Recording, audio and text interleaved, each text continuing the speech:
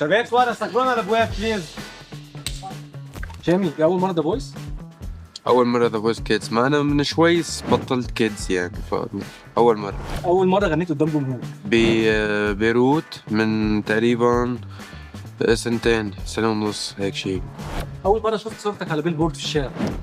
كمان بوقت اول حفله ببيروت، كنت كتير مبسوط هيك انه عم بيعلنوا عن حفلتي بطرقات بيروت. كنت عامل بوز ازاي؟ كنت جائر بعمل هيك انه انا الفنان الخطير. اول معجب اخذ معاك سيلفي؟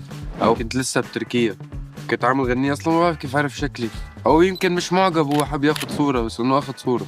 اول مره غنيت اغنيه مش ليك؟ بعتقد لسلطان الطرب ابو وديع، حلف القمر. اول مره حد من العيله قال لك انا فخور بيك؟ هي كانت اول حفلة صراحة ببيروت محورية بحياتي، لما صار الحلم الفني تبعي حقيقة واترجم مع الجمهور على ارض الواقع، وكانوا العيلة عم بيشوفوا هذا الشيء، فكان ابي وامي صراحة. اول واحد عمل لك لايك على الانستجرام؟ انا من حسابي الفيك.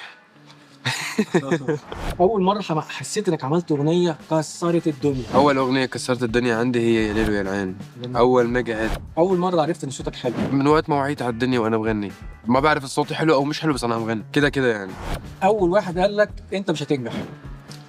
اول حد قال لي، عشان هم كتار مش عارف اول واحد مين، بس بعتقد كان حدا بيشتغل معي محل ما كنت اشتغل انا وصغير، يعني حدا كان زميلي بالشغل. تقول له ايه دلوقتي؟ لانه انا اصغر لجنة حكم بالتاريخ، ومن كم شهر كنت عم باخذ جينيس كاول شخص بتاريخ سوريا بيكسر رقم قياسي عالمي، فمش بهمني اقول له شيء، انا فخور بحالي.